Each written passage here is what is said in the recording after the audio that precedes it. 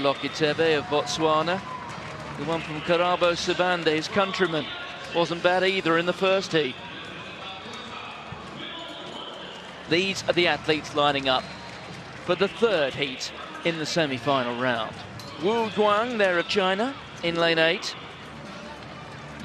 And outside him, the Briton Cameron Chalmers, the young man from Guernsey, a student in Bath. Proud to be wearing his British vest, and I've done a bit of a count on how busy Cameron Chalmers has been this year. Now, taking into account all the races he's done indoors this year, Cameron Chalmers, well, we're in the 7th month of the year, and this is 27th race at 400 metres. So here is the full lineup.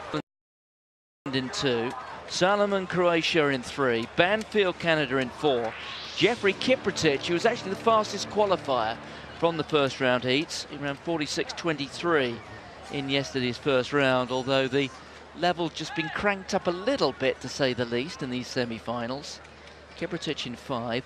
Taylor, another heat winner of Jamaica, in 6. Just 16, the World Youth Champion. Wilbert London the third, cracking name, the American, in lane 7. And Wu Yuang, there of China, inside the Briton in lanes 8 and 9.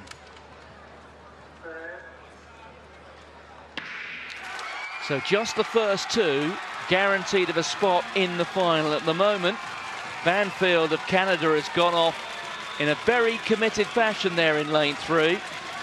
Starting to hunt down Kiprotich, the American Wilbert London.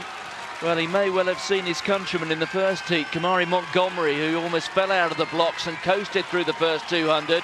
London the third, making no such mistake. Well, he's London the third, but he's pretty intent on being London the first, I think, in this final semi-final. He comes into the straight with a 3-metre lead on Kiprotich. London of the United States, Kiprotich rocking and rolling, coming through there. He might even snatch the lead.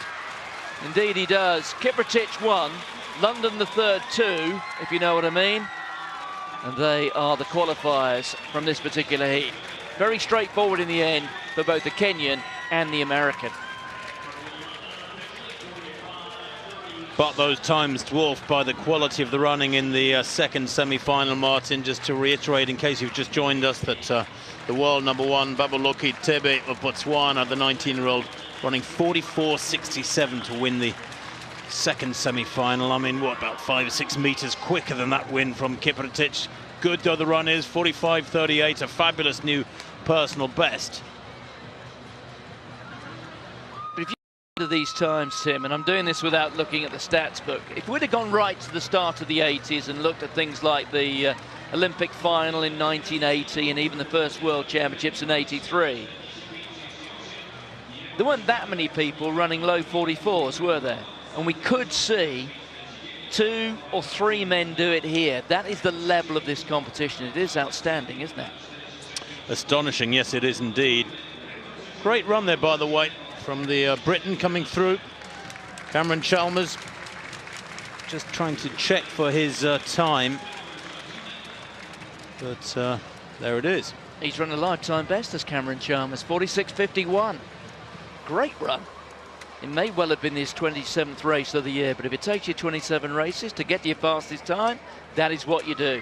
Tremendous run, by a huge margin as well.